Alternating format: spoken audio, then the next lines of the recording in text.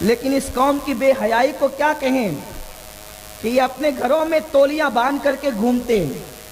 جوان بیٹیاں دیکھ رہی ہے دیکھیں، بلکہ اسی پر بس نہیں. انا للہ و انا الیہ راجعون. اب ہمارے شہر میں بے حیائی کی وبا اتنی عام ہو گئی کہ چھوٹی چھوٹی چڈیاں پہن کر لوم مزدور لوم چلاتے ہیں، اور گھٹنے کے اوپر کا حصہ اگر کھلا ہے تو یہ حرام ہے. مرد کے سامنے بھی وہ حصہ کھول نہیں سکتا. صرف شرم والے اعضائی چھپانے کا حکم نہیں ہے، بلکہ گھٹنے کے سے لے کر ناف تک کا حصہ یہ چھپانا فرض ہے. اور اگر آپ نے بلا عذر شرعی آپ نے اتنا حصہ کھول لیا تو یہ حرام ہے. اب وہاں رحمت نہیں بلکہ وہاں لعنت برس رہی ہے. اب بے حیائی کرنے والوں، تم یہ صرف بے حیائی نہیں کہ تم شرم والے اعضا دیکھو، یہی بے حیائی نہیں کہ تم معاذ اللہ عورت غلیظہ دیکھو، یہی بے حیائی نہیں کہ معاذ اللہ رب العالمین جن اعضا کو تم شرم کی جگہ سمجھتے ہو صرف وہی اعضا دیکھو، یہی بے حیائی نہیں. بلکہ یہاں تک فرمایا گیا جو گھٹنے سے لے کے ناف تک کے حصے میں سے کوئی حصہ بلا عذر شرعی کھول دے وہاں پر اللہ کی لعنت برستی ہے، اللہ ان لوگوں پہ لعنت برساتا ہے.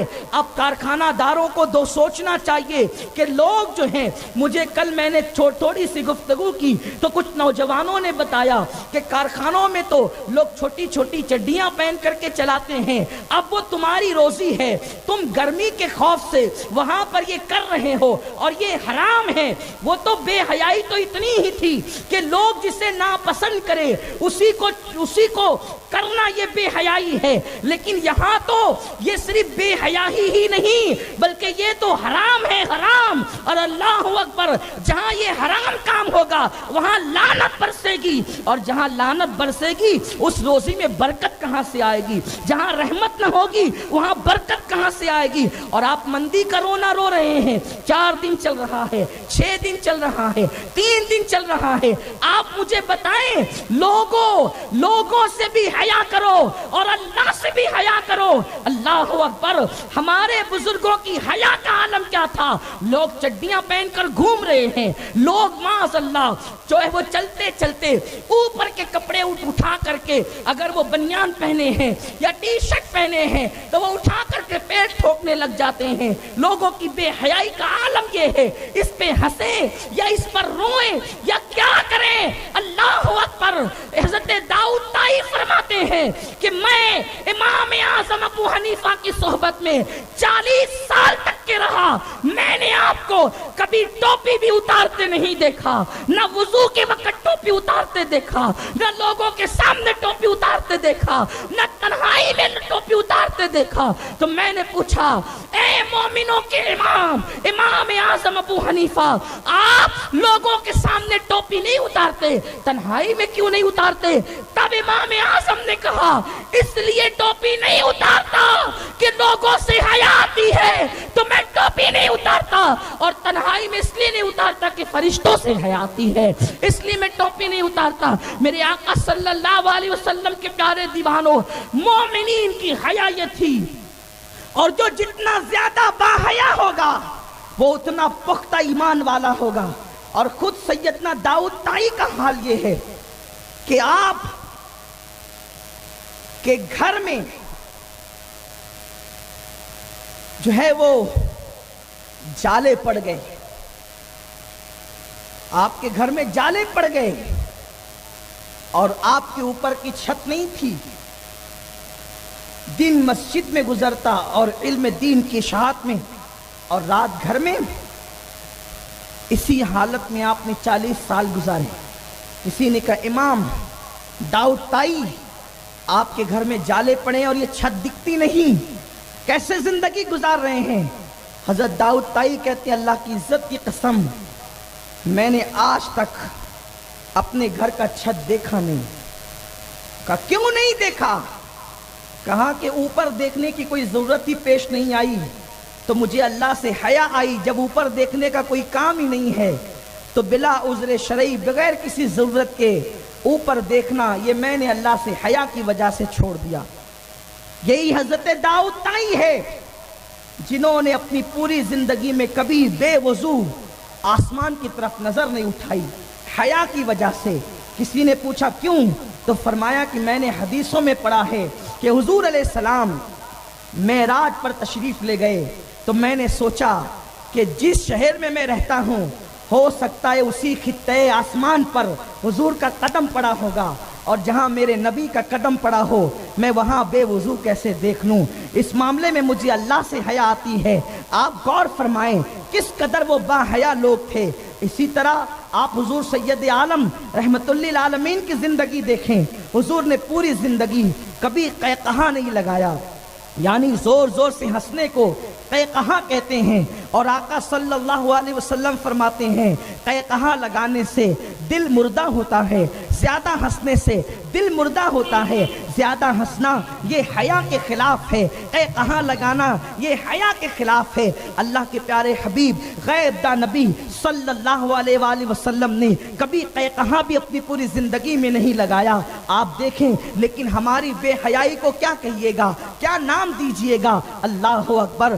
ہم تو اتنے بے حیا ہو چکے کہ معاذ اللہ اب ہم زنا کے مناظر 4-6 دوست ایک ساتھ مل کر کے بیٹھ کر کے دیکھتے ہیں، بلکہ دوست تو اپنی جگہ، اب تو باپ بیٹے ساتھ میں بیٹھ کر کے زنا کے مناظر دیکھتے ہیں۔ یہ بے حیائی ہمارے گھروں میں گھس چکی ہے، ہمارے گھروں میں آ چکی ہے، بلکہ باپ بیٹے بھی صرف نہیں بلکہ بیٹا اپنی جوان باپ اپنی جوان بیٹی کے ساتھ بیٹھ کر سیریل دیکھتا ہے، اور اس میں ہیرو ہیروئن ایک ساتھ ننگے ناچتے ہیں، کبھی گانے کے نام پہ، کبھی غزل کے نام پہ، کبھی گیت کے نام پہ۔ یہ ساری بے حیائیاں ہمارے گھروں میں داخل ہو چکی ہے، ہمارے اللہ اکبر بیڈ روم میں داخل ہو چکی ہے۔ میرے آقا صلی اللہ علیہ وسلم کے دیوانوں، اللہ کے رسول صلی اللہ علیہ وسلم نے فرمایا لوگو تم بے حیا ہو جاؤ، اس کے بعد جو چاہے کرو، یعنی جب تک کہ لوگوں میں حیا موجود رہے گی وہ کبھی گناہ نہیں کریں گے۔ ظاہر سی بات ہے حیا والا اس کو کہتے ہیں جو جائز ناپسندیدہ کاموں کو بھی چھوڑ دیں۔ جائز ناپسندیدہ کام مطلب یہ جیسے رستے میں چلتے چلتے زبردستی دوڑنے لگنا، یہ کام جائز ہے لیکن ناپسندیدہ ہے، تو جو دوڑ رہا ہے وہ حیا کے خلاف کام کر رہا ہے۔ اسی طرح لوگ چٹکیاں بجاتے ہیں، یہ چٹکیاں بجانا یہ حیا کے خلاف ہے۔ اسی طرح لوگ سیٹیاں بجاتے ہیں، یہ حیا کے خلاف ہے۔ اسی طرح پیٹ میں گیس جمع ہو جائے اس کو زور سے آواز کے ساتھ چھوڑنا، حالانکہ اس پر انسان کا اختیار تو نہیں ہے لیکن یہ حیا کے خلاف ہے۔ جناب لوط علیہ السلام کی قوم پر جو عذاب آیا ہے ان میں سے ایک سبب یہ بھی تھا کہ وہ پیٹ کی گیس جو ہے وہ زور سے خارج کیا کرتے تھے، اور وہ لوگ چٹکیاں بجاتے تھے اور وہ لوگ سیٹیاں بجاتے تھے۔ اس بنیاد پر بھی ان پر عذاب آیا ہے۔ تو بہت سی چیزیں جائز ہوتی ہے لیکن ناپسندیدہ ہوتی ہے، اس لیے وہ خلاف حیا ہوتی ہے، وہ حیا کے خلاف ہوتی ہے۔ اب آپ مجھے بتاؤ کہ جائز ہو لیکن حیا کے خلاف ہو تو اللہ اکبر ان کاموں کے کرنے والوں کو پسند نہیں کیا جاتا، اور وہ بندہ جائز کام ہوتے ہیں لیکن ناپسندیدہ ہوتے ہیں تو وہ حیا کی وجہ سے نہیں کرتا، تو جو جائز ناپسندیدہ کام حیا کی وجہ سے نہیں کرتا تو وہ ناجائز کام کیوں کرے گا؟ اسی لیے اللہ کے رسول نے فرمایا پہلے تو بے حیا ہو جا اور پھر جو چاہے کر لے۔ یعنی انسان جب تک با حیا ہوگا وہ کبھی اللہ کی نافرمانی نہیں کرے گا۔ ارے نادان، جن کو انسان سے اتنی حیا ہوگی وہ اللہ سے کتنی حیا کرے گا؟ جب صحابہ کرام پہلے پہل غسل کرتے تھے تو تنہائی میں بھی کپڑے پہنے غسل کرتے تھے، کیونکہ جب قرآن کی آیت نازل ہوئی کہ اللہ تمہیں دیکھ رہا ہے، انہو علیم بذات الصدور، وہ تمہارے دلوں کی کیفیتوں کو بھی جانتا ہے۔ اللہ تبارک و تعالی ان اللہ واتقوا اللہ ان اللہ خبیر بما تعملون، اللہ سے ڈرو وہ تمہاری خبر رکھتا ہے۔ تو صحابہ اکیلے میں بھی کپڑے پہن کر نہاتے تھے۔ میرے آقا علیہ السلام کو پتا چلا، حضور نے مسکرا کے کہا یہ اکیلے میں کپڑے پہن کے کیوں نہاتے ہو؟ عرض کہ حضور اللہ سے حیا آتی ہے۔ آقا نے مسکرا کے کہا تو کیا وہ کپڑے کے نیچے نہیں دیکھتا؟ اس کی نگاہیں تو کپڑے کے نیچے بھی جاتی ہے، پھر تم کیا کرو گے؟ تب انہوں نے کہا کہ ہم مجبور ہیں اب یہاں ہم جو ہے اللہ تبارک و تعالیٰ کی بارگاہ میں جو ہے وہ حیا کرتے ہوئے ایسا کرتے تھے. آقا نے فرمایا نہیں، اگر تم تنہائی میں ہو تو تم کپڑے اتار کے غسل کر سکتے ہو، اور تم کپڑے اتار کے غسل کیا کرو. آقا کریم کپڑے سے مراد اوپر کے کپڑے، نیچے کے کپڑے نہیں، بلکہ اللہ کے حبیب علیہ الصلوۃ والتسلیم نے تو اپنی امت کو یہاں تک حیا سکھائی.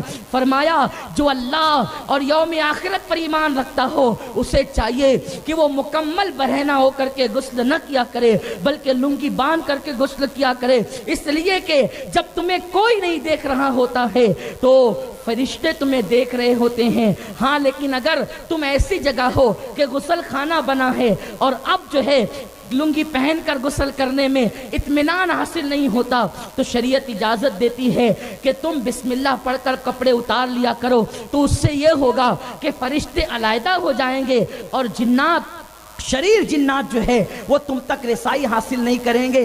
بسم اللہ کی برکت سے جنات جو شریر ہوتے ہیں شیاطین، اور ان کے تمہارے درمیان اللہ تعالیٰ پردہ حائل کر دیتا ہے. میرے آقا صلی اللہ علیہ وسلم کے دیوانوں، اللہ اکبر، دیکھو میرے رسول کی حیا کا عالم کیا ہے. ام المومنین اما جان عائشہ صدیقہ سلام اللہ علیہا فرماتی ہیں کہ حضور علیہ السلام کی ساری زندگی میں ناف کے نیچے کے اعضاء کو کسی ام المومنین نے نہیں دیکھا، حتیٰ کہ حضور علیہ السلام بچپن میں بھی اتنے باحیا تھے، جانے حیا تھے کہ حلیمہ سعدیہ نے یا جناب آمنہ خاتون نے حضور علیہ السلام کے شرم والے اعضاء کو کبھی نہیں دیکھا، کیونکہ اگر وہ کھل جاتے تو آقا کریم بچپن میں بھی اسے ڈھانک لیا کرتے تھے. آپ غور فرمائیں، حضور کی حیا کا یہ عالم تھا. بلکہ آقا نے یہاں تک فرمایا کہ جب میرا وصال ہو جائے، توجہ فرمائیں حضور کی حیا کا عالم کیا ہے. بات چونکہ اس عنوان پہ پہلی مرتبہ ہو رہی ہے تو ہم اس کے سارے عناوین کو لینا چاہتے ہیں، اور یہ عنوان اتنا طویل ہے کہ یہ اپنے اندر بڑی وسعت رکھتا ہے. آقا کریم صلی اللہ علیہ وسلم فرماتے ہیں کہ لوگوں جب میرا وصال ہو جائے تو اس قدر پردہ کے اندر غسل دیا جائے اور میرے اعضاء پر اس طرح موٹے کپڑے ڈال دیے جائے کہ کسی کی نظر میرے ان اعضاء پہ نہ پڑے جن کا چھپانا فرض ہے. آقا فرماتے ہیں اللہ کی عزت کی قسم، جن اعضاء کا چھپانا فرض ہے، اگر میرے ان اعضاء میں سے کسی عضو کو کسی نے دیکھ لیا تو وہ ساری زندگی اندھا ہو جائے گا، اس کی نگاہیں سلامت نہ رہے گی. آپ غور فرمائیں، حضور سید عالم صلی اللہ علیہ وسلم نے حیا کا یہ درس دیا. امہت المومنین بھی کہتی ہیں کہ اللہ اکبر، ہم نے حضور کے ناف کے نیچے کی اعضاء کو کبھی نہیں دیکھا، اور اللہ کے حبیب صلی اللہ علیہ وسلم نے بھی اپنی ازواج مطہرات کے ان اعضاء کو کبھی ان پر نظر نہیں فرمائی کہ جو ناف کے نیچے کے اعضاء ہیں. حضور کی حیا کا یہ عالم تھا، اور آقا کریم صلی اللہ علیہ وسلم اس قدر حیا فرماتے تھے کہ کنواری لڑکیاں بھی اجنبی مردوں سے اتنی حیا نہیں کرتی تھی. حضور کی حیا کا عالم یہ تھا کہ سرکار نے صحابہ کو یوں تربیت فرمائی کہ سیدنا فاروق اعظم کی جب طبیعت علیل ہوئی تو کچھ لوگ حضرت عمر ابن خطاب کو دیکھنے گئے کہ ان کی عیادت کریں. جب دیکھنے کے لیے گئے تو پوچھا کہ اے امیر المومنین، آپ کو کیا ہو گیا، آپ کو بیماری کون سی ہے؟ تو امیر المومنین نے فرمایا میرے ہاتھ کے نیچے ایک پھنسی ہو گئی ہے. تو کسی نے عذرائے مزاح کہا، امیر المومنین یہ ہاتھ کے نیچے پھنسی، یہ کچھ لمبا سا جملہ ہو گیا ہے، اس کو شارٹ بھی کیا جا سکتا ہے. آپ یہ کہہ سکتے تھے کہ میرے بغل میں پھنسی ہو گئی، کیونکہ ہاتھ کے نیچے تو بغل ہی ہوتی ہے. میرے بغل میں پھنسی ہو گئی. آپ نے ہاتھ کے نیچے کیوں کہا؟ دیکھو کیا وہ حیا والے لوگ. حضرت امیر المومنین سیدنا فاروق اعظم کہتے ہیں ہاتھ کے نیچے لمبا جملہ کہنا پسند ہے، لیکن جو تم نے کہا یعنی بغل، وہ کہنا مجھے پسند نہیں. کہا یہ بغل کہنا آپ کو کیوں پسند نہیں؟ تو فرمایا اس لیے کہ ہم جو کچھ کہتے ہیں فرشتے اس کو لکھ لیتے ہیں. اچھی باتیں بھی کہتے ہیں تو بھی لکھتے ہیں، اور بری باتیں کہتے ہیں تو بھی فرشتے لکھ لیتے ہیں.